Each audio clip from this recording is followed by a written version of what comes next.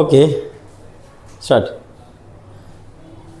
প্রিয় শিক্ষার্থীরা, আজকে আমি যেই চ্যাপ্টারের উপর আলোচনা করব বিজনেস ম্যাথমেটিক্সের চ্যাপ্টার 2, যার নাম হলো ইন্ডেক্স নাম্বার। ইন্ডেক্স নাম্বারে আমাদের সাথে পরিচয় আছে, তো এটার বাংলা হলো সূচক সংখ্যা। সূচক সংখ্যার মানে, সূচক মানে হচ্ছে যে শক্তি, আমরা যেটাকে বুঝি। তো কোনো গুণফলের একই সংখ্যার যতবার পুনরাবৃত্তি ঘটে, তাহলে কোনো একটা গুণফলের একটি সংখ্যার যতবার পুনরাবৃত্তি করে, সংখ্যা হলো একটি, যেমন 2, এটা যতবার পুনরাবৃত্তি ঘটেছে তার মানে আমি 4 বার লিখেছি, 4 বার পুনরাবৃত্তি করছে। এই 4 বার পুনরাবৃত্তির ফলে যেই ফলাফলটা তৈরি হয়েছে তাকে আমরা সূচক সংখ্যা বলে গণ্য করছি। তাহলে এটা 2 পাওয়ার 4 হয়েছে। হ্যাঁ, এই ক্ষেত্রে যতবার সেটাকে আমরা উপরে প্রকাশ করি, যেমন আমরা 2 এবং 4কে ধরেছি একটা হলো বেজ, নিচে যেটা থাকে সেটাকে বেজ বলি, উপরে যেটা থাকে তাকে পাওয়ার বলে থাকি। তাইলে একটা সূচকের প্রকাশ যদি করতে চাই তাহলে আমরা এইভাবে করতে পারি, বেজ তার উপরে পাওয়ার, তারপরে হচ্ছে সমান সমান হচ্ছে ভ্যালু। তো উদাহরণ দিয়েছি কি 2 পাওয়ার 3 সমান সমান 5। তাহলে এই আকারে আমরা সূচক সংখ্যার কাজ করে থাকি। তো সূচকে আমাদের কিছু বেসিক ফর্মুলা আছে, সেগুলো খেয়াল রাখতে হবে। আমি কয়েকটা উল্লেখ করছি, তারপরে একটা অঙ্ক দেখাবো। আমরা জানি যে যদি গুণ আকারে থাকে আমরা প্রতীক ব্যবহার করছি এরকম। দেখো বেজ দুইটা সমান কিন্তু উপরে দুইটা ভিন্ন এবং তারা গুণ আকারে আছে। তাহলে এরকম থাকলে আমরা কি করব, যোগ করে প্রকাশ করব। বেজ একটা হবে দুটো থেকে, আর পাওয়ারগুলো যোগ হয়ে যাবে। তাহলে গুণ থাকলে যোগ হবে। একইভাবে যদি যোগ থাকে তাহলে গুণ আকারে প্রকাশ করব।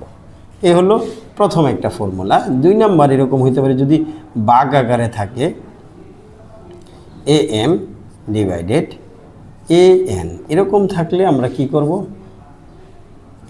am মাইনাস n, ঠিক আছে, বা এইভাবে দেখাইতে পারি। তো ভাগ থাকলে এরকম, এটা অন্যভাবে অর, এটা এরকম হতে পারে a power m, a power n। তাহলে ভাগ আকারে আছে, ভাগ আকারে থাকলে am মাইনাস n, অর্থাৎ পাওয়ারটাকে আমরা প্রথম উপরেরটা লিখব, তারপরে ভাগ হয়, ভাগ থাকলে বিয়োগ হয়, তাহলে মাইনাস চিহ্ন দিলাম, পরের পাওয়ারটা লিখলাম, আর দুইটা বেজ থেকে একটা বেজ দিলাম। এটা একটা উপায়।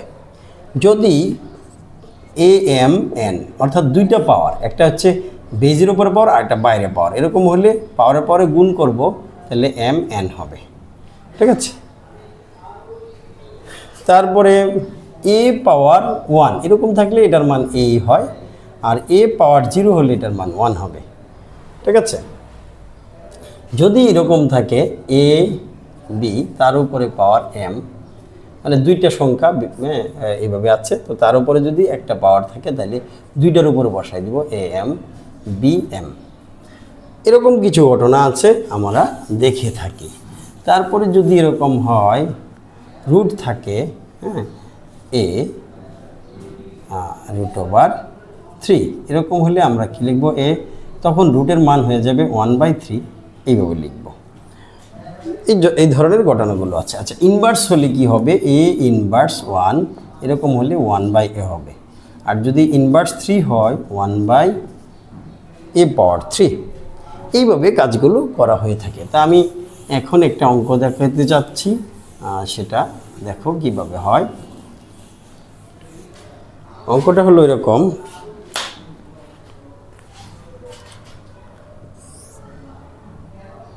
টু ইন্টু 3 পাওয়ার n plus 1 plus 7 into 3 n minus 1 3 পাওয়ার n প্লাস 2 মাইনাস 2 ইন্টু 1/3, এখানে 1 মাইনাস n সমান সমান এটার মান হবে 1। এই যদি হয় ঘটনা, তাহলে আমরা কি করব, দেখো সেকেন্ড লাইনে 2 ইন্টু, আমরা এগুলো আছে কি যোগ আকারে পাওয়ারগুলো, তাহলে কি করে দিব, গুণ করে দিব। হ্যাঁ, 3 পাওয়ার n ইন্টু 3 পাওয়ার 1। আচ্ছা, এরপরে প্লাস আছে, প্লাস যা আছে তাই থাকবে। এখানেও একই রকম 3 পাওয়ার n ইন্টু 3 ইনভার্স 1। এটাকে আমরা গুণ আকারে লিখছি, কিন্তু ইনভার্স 1 যেভাবে আছে সেভাবে রেখে দিলাম, পরে এটার কাজ করে দিব। যদিও কারো মনে প্রশ্ন আসবে, স্যার এটা মাইনাস আকারে আছে, ভাগ করলাম না কেন? এখন না করে আমরা পরেও করতে পারবো। আচ্ছা, 3 পাওয়ার n 3 স্কোয়ার মাইনাস 2 ইন্টু, এখন এটা কি আছে 1/3 1 ইন্টু 1/3 ইনভার্স n। এই হলো আমি অঙ্কটাকে ভেঙে নিলাম কি অনুযায়ী? সূচকের নিয়ম অনুযায়ী। এখন কি লিখতে পারি এটা দেখো, 2 ইন্টু 3 পাওয়ার n, এটা শুধু 3 লিখব যেহেতু উপরে এমনিতেই পাওয়ার 1 কাউন্টিং করা যায়, এখন আর আমার প্রয়োজন নাই 3n। এটাকে আমি 1/3 লিখতে পারি, ঠিক আছে? যেহেতু বলছি বিয়োগ থাকলে ভাগ হবে, তো ভাগ হলে 1/3 হয়ে যাবে। এবার এটা যা আছে তাই রাখলাম, এটাকে 9 করে দিতে পারি অবশ্য 9। আর এখানে 2 ইন্টু 1/3 পাওয়ার 1 মানে হিসাব করার দরকার নাই।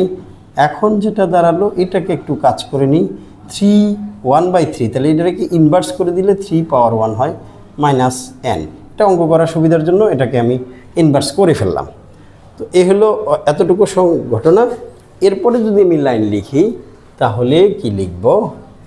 এর প্রথমটা মুছে দিচ্ছি।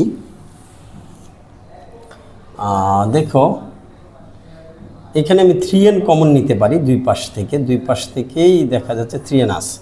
তো 3n যদি আমি কমন নেই তাহলে এখানে থাকে 3 দুগুণে 6 প্লাস এখানে 7 ইন্টু 1/3, আর এখানে থাকে 3n কমন নিলে 9 মাইনাস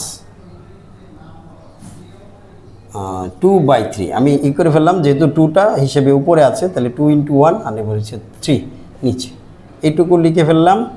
আর এর বাইরে যেটা আছে, আমার এখানে একটা লাইন ছিল, এটা কাজ করে নিলে ভালো ছিল, এটা হচ্ছে 3n ছিল আর কি এখানে।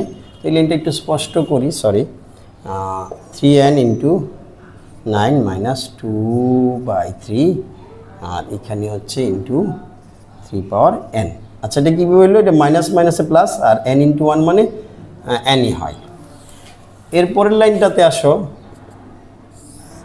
আমরা যেটা করতে পারি এইবার কমন নিতে পারি সহজে, 9 মাইনাস 2/3, আর এটা 3n 6 প্লাস 7/3। তো এখন আমরা যেটা লিখতে পারি সেটা হলো এই